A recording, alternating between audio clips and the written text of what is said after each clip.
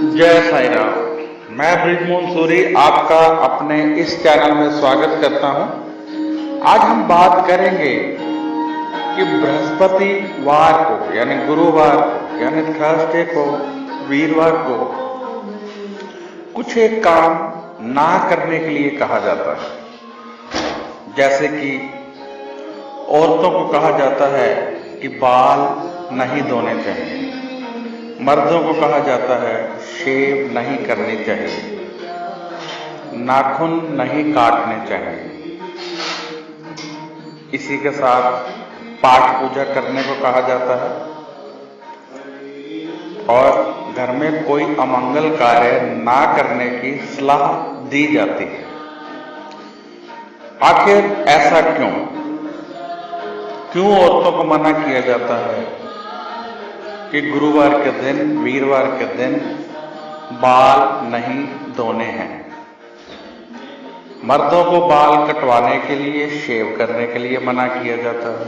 आखिर ऐसा क्यों? आइए हम लॉजिक के साथ बात करने का प्रयत्न करेंगे।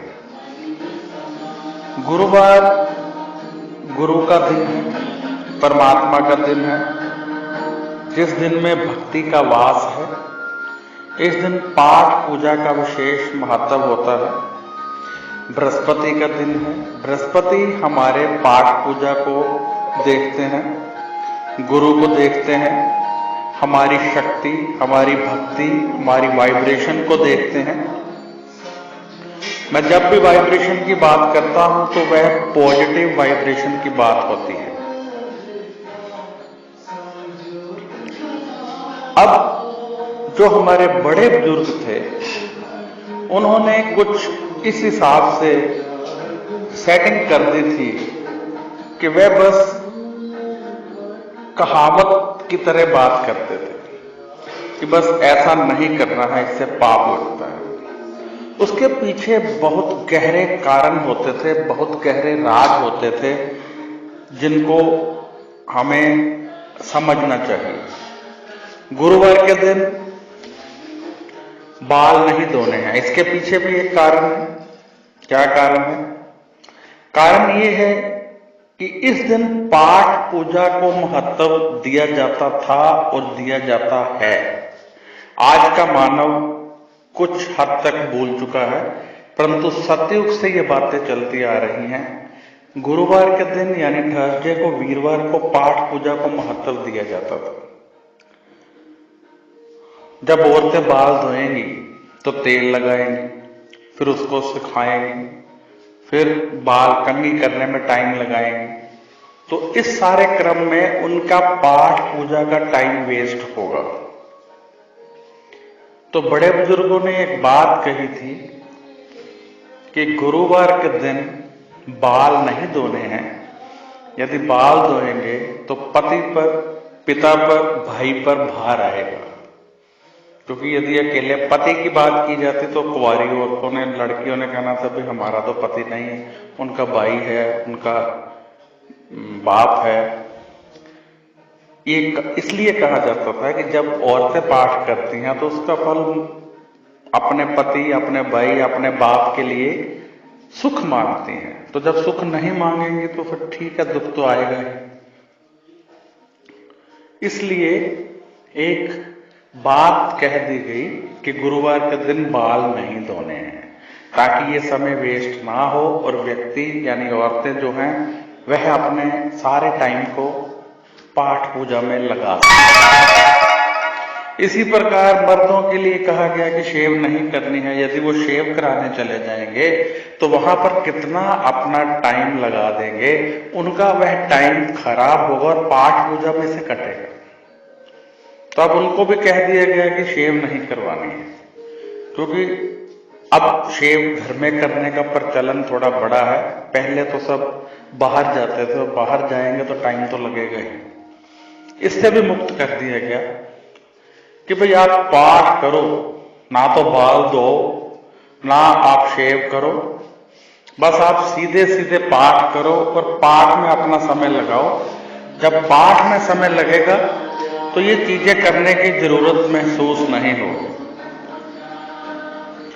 नाखून काटना, अब घर में दूसरे लोग पाठ कर रहे हैं और आप नाखून काट रहे हैं तो उनको भी अच्छा नहीं लगेगा, इसलिए ये कह दिया गया गुरुवार के दिन घर में नॉनवेज नहीं बनना चाहिए।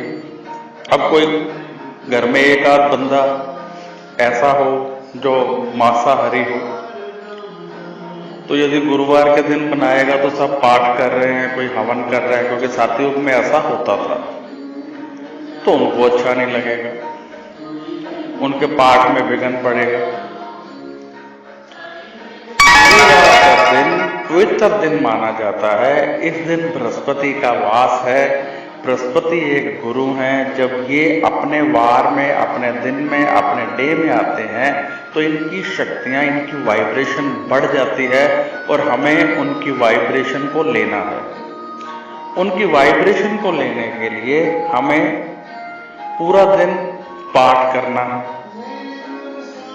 और पाठ करने के लिए हमें जल्दी जल्दी नहाना है, यानी फालतू के कार्य छोड़कर हमें पाठ पूजा में मगन होना है।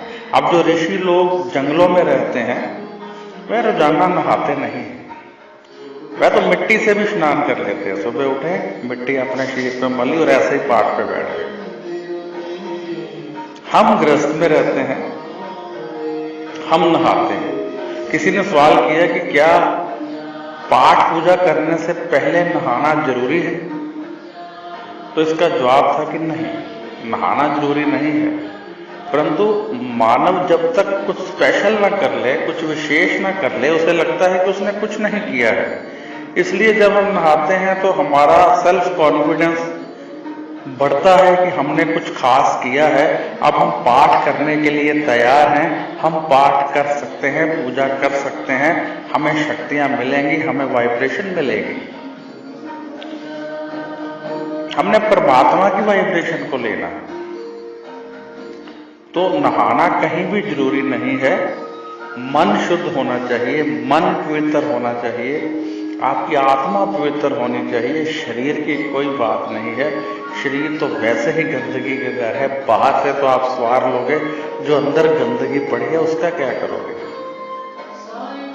और यदि मन में गंदगी पड़ी है, यदि मन अपवित्र है, तो फिर तो किसी भी तरह की आपकी कोई भी बात फायदा नहीं देगी। यदि मन अपवित्र है तो कुछ भी फायदा देने वाला नहीं। इसलिए नहाना जरूरी नहीं होता है। गुरुवार के दिन हमें सुबह जल्दी उठना चाहिए, पाठ पूजा करनी चाहिए, दान पुण्य करने चाहिए, गरीब लोगों को भोजन कराना चाहिए, अपना समय सजने संवरने में ना लगाकर पाठ पूजा में लगाना चाहिए।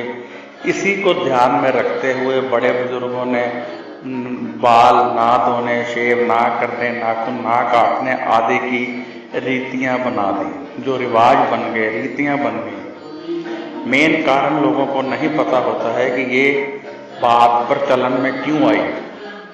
बस वो एक बन जाती है कि ऐसा नहीं करना है। क्यों नहीं करना है, लॉजिक क्या है, इसके बारे में कोई नहीं सोचता है।